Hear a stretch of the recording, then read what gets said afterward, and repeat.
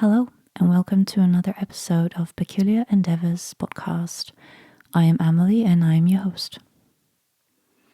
It's quite early in the morning, and I just realized it's a full moon in Scorpio. And in the beginning of this year, me and a few friends, we decided to plan like the whole year according to the moon phases, and we drew cards for each new moon and each full moon. So I just realized that today is the day, so I'm quite excited to do that. And yeah, it's quite interesting drawing cards, and I normally do like a card pull every single week to kind of set the mind into what I need to be working on. And I find that quite helpful and interesting. And I quite enjoy the time you spend. So even if you don't have time to do something every single day, which I think is quite normal in this day and age, I quite like just to sit down every week and think about what's happened throughout the week and kind of set yourself new goals, or if you struggle with something. And it does help many times. Also, to do like a short meditation is quite nice. It's really, whatever you feel like, but I quite like it. Maybe others do something like that too. I'm quite sure. I'm thinking about topics. There are two topics that came into my mind, and one of them I think is a little bit heavier, and it's so early in the morning. And I've been thinking a lot about past lives.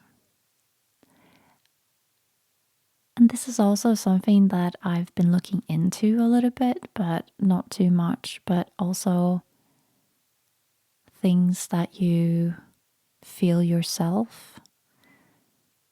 And when you go through life, you go through certain things, and many times, for me anyway, makes me think of past lives.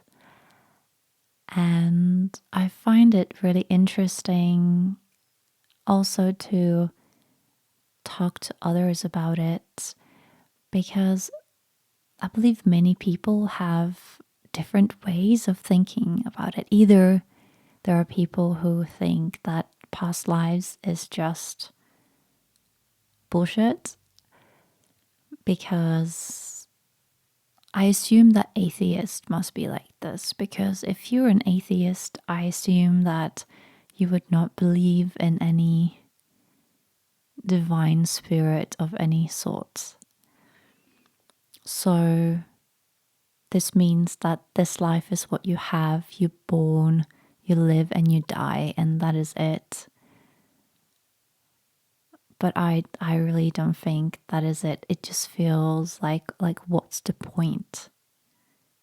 I don't think the world is built on just this world of material stuff. And so I feel like there's so many coincidences, and there's so many things that happen throughout your life, and many times it makes me think of like, where is it coming from, why you feel connected to certain things. And I don't know, I'm thinking it must be past lives, right? And I know a lot of people, they talk about that when you come here to Earth, when you're born, you are the one choosing your destiny or choosing their life, that you're the one choosing your parents, and you're the one that is choosing a path, because there are certain things that you need to learn in this life, certain things that you missed maybe in your previous life, or you just feel like you need to learn certain things or experience certain things. I don't know about that, because in my head I'm thinking, why would I choose this life for myself? It doesn't sound completely crazy, but I also feel that if it was the case that you chose your own life and your parents and stuff, it just makes no sense to me, because then you'd think that every single parent would care about their child, because you would choose parents that would care about you. I guess unless you feel like you need to learn the lesson of having, I don't know, bad parents. But that doesn't make any sense to me. And maybe it's not the whole issue of like choosing. Maybe you're not choosing the whole life. Maybe you're just choosing that one thing you need to learn, or one obstacle you need to get through. So no matter what no matter what the journey is, it's for that purpose. I don't know, it's tricky. Also, I think maybe you are not choosing, maybe, and then you just get born into the timeline and the life where you're crossing paths with people that you have to cross paths with. And it's not so much about you choosing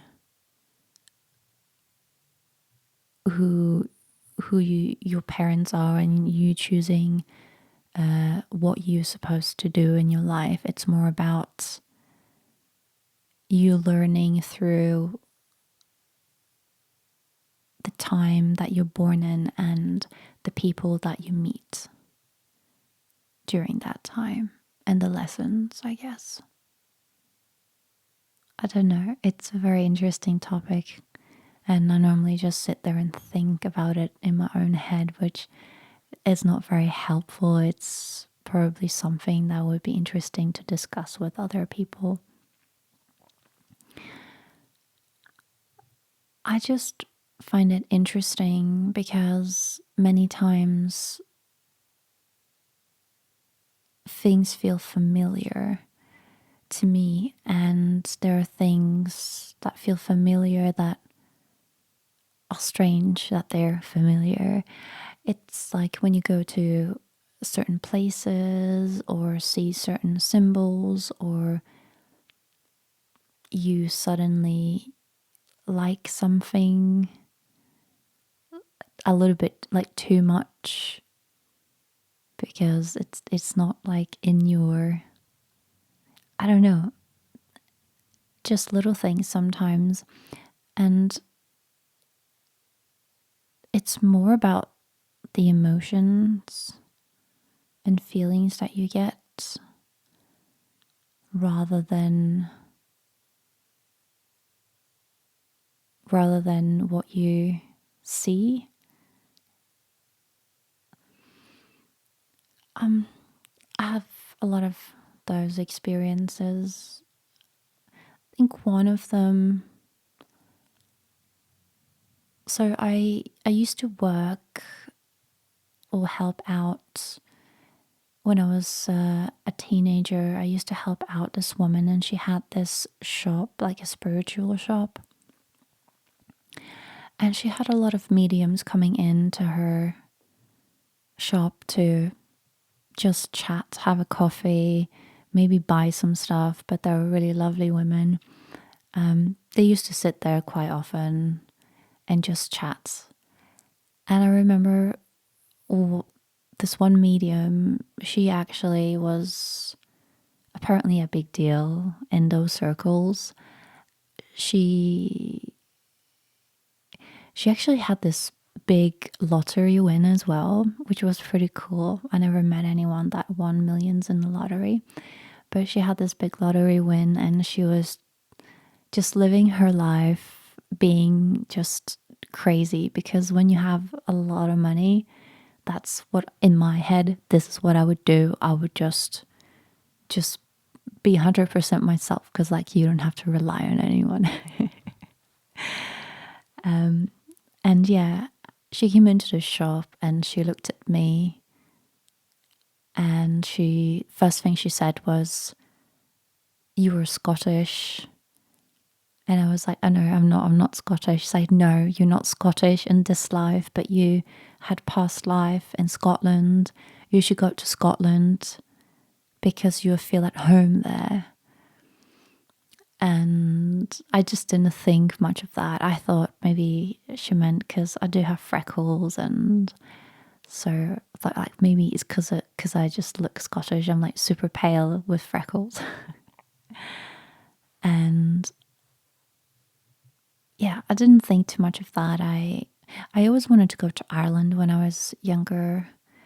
I've been to Ireland once, but that was just for a wedding, and I didn't see much.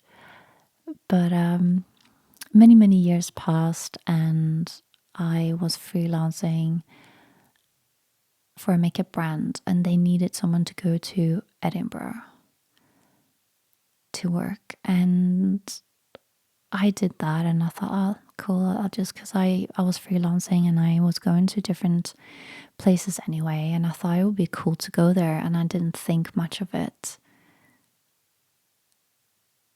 And so in Edinburgh, when you get to the train station, it's like in a valley between two, yeah, it's like in a valley. And when you get out of the train station, you go up and you are on a bridge. And from this bridge, you can see the old town and the newer town on each side. And then you see the castle on the hill and Arthur's Seat as well, which is a big hill, like a park. And the weather was really bad during that time as well. It was winter time, so it was very windy. It was raining. Not too much, a little at that time, but it was a little bit dark as well. It was just grey, and I think for most people, really horrible weather. But when I got up there on that bridge and looked around, everything just felt so familiar. And I'd never been there before, and I never thought about it. And it was like coming to a city that I'd been living in for forever. And the feeling was so strong that instead of going straight to work, I just had to just walk around a little bit. And I didn't have like a map or anything with me. And I just started walking through the streets, and the weather was really bad. It was very cold, really windy. I just didn't care. I was just walking around looking at the houses and the streets and everything just felt so familiar to me. It was, yeah, it was a very strange feeling of being very familiar with a place that you've never been to before. And this is when I remembered what the medium said when I was a teenager, that you had past lives in Scotland. And I know a lot of people, specifically Scottish people, I think that they don't find Edinburgh Scottish enough. But it was just, yeah, that whole situation made me really think about past lives, and it was kind of what made me think that you definitely had past lives. I kind of believed it before, but I think that situation really made me know that that must be true. However, it happens if I chose the life myself or not, or whatever, this is definitely true. And I find it really interesting when you have this feeling with certain cities or places that you feel very familiar with. And I experienced the same thing when I went to Tokyo. And Tokyo is a big city, and a lot of people say that, you have to do certain things and be a certain way, and like don't go on the trains when, it's rush hour. Make sure that, you know where you're going. And, I went there and I did not have a map. A few days I did look at my phone. When I was at home, I looked at a map to see like what area do you want to go to and what train goes there. And I just took the train the next day, went there and walked around. I never used a map when I was there. That was another place I felt I've been here before. I could navigate Tokyo really well. I was just so surprised, and even the city names and everything is obviously in kanji in Japanese, so it wasn't like I could read the street names either. But somehow I had no issues. I'm trying to remember, it was a while ago, but I never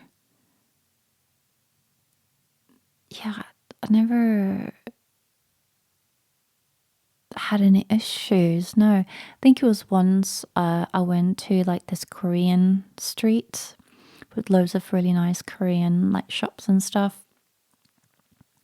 I went there twice, and second time I went there, I did take slightly different route, so I thought I was lost, but I wasn't. It was just slightly longer. It took me like 5 minutes more, so I can't really say that I was lost. At first I thought I was, but then I recognized myself, and also I did take train during rush hour, and it wasn't as bad as people were saying. But then again, I've been living in London for so long, so maybe I had something similar to compare it to, because rush hour in London is hell on earth as well. And people in London are not as logic. They don't have the logic of actually knowing how to enter a train and get out of the train and wait for the train. So I think for me, I just felt like everything was so organized. People didn't push. Yeah, I mean, they pushed themselves into the train, but they were not rude, and it wasn't it wasn't that bad. So yeah, that was like another place that I felt very comfortable in. So sometimes I wonder, like, are there any other places, if I go there, would I also experience something similar? Normally, I think in your mind, when you look at pictures or you look at places, you feel you would like to go there and experience them. And I can't think of any cities I would love to go to. I think after this whole lockdown thing, I feel a little bit reluctant to travel around, to be completely honest. I've been traveling quite a lot when I was younger, so maybe that's why. I've never been to, my friend told me to go to New York. I'd never been to America really. So I guess I kind of lack that. I think I would love to go to New York during the 90s, maybe, or early 2000s. But right now, New York does not intrigue me at all. I think be like have been living in London for so long, like New York just doesn't, it just feels like London but crazier. And I don't want that. I'm trying to think of other places. I would like to still go to Ireland. I believe I think that would be a place I would feel very at home with, but it's very similar to Scotland, I assume. You know, I never felt the urge of going to hot climates, which I find quite interesting because most people like to go on holidays to a climate that is hot or sunny, and I never was inclined to go to those places. Really, I have been. See, I'm thinking. I have been always wanting to go to Egypt, but I've never gone to Egypt because I know that I will be extremely disappointed. And I don't know where this is coming from, but I just know that Egypt is a place right now and it's not the way it used to be. And I have this fear of, if I go there, I'm going to be so disappointed and so sad. So I don't want to go there. And that makes no sense. If someone would suggest going there, maybe someone that knew their way around there, then maybe I would love to see the pyramids and I would love to see all these ancient places. But I also know that people that live there right now, to me, they don't seem to have any respect. The houses, the city is creeping up onto the pyramids, and I find that really violating. So I don't know if I want to go and see it because it really hurts me. And I thought to myself, that sounds like something that I've experienced before. It sounds like I've been there before. And because I see it the way it is now, it makes me angry. So I never felt this strong urge of actually going there because I feel like I've been there and it looked amazing and it was such an amazing place. And I'm just feeling sad now. So, and it's the same thing like when I see certain old buildings and excavations or when they talk about certain things on TV, I feel very similar. Like there sometimes I hear that they digging up things and in my head or inside of me I'm like, no, don't do it, don't do it, just leave it alone, leave it alone. And I am a very curious person, but there are certain things I feel like just leave it alone. So this is why I personally know that I believe in past lives. And I know that there are people that can hypnotize you and you can get hypnotized to see who you were in your past lives. I think that would be very interesting, but also I'm a slightly skeptical person. I'm not sure if I would, I don't know. I'd like to experience it to see how it feels, but I don't know if a person would be able to hypnotize me.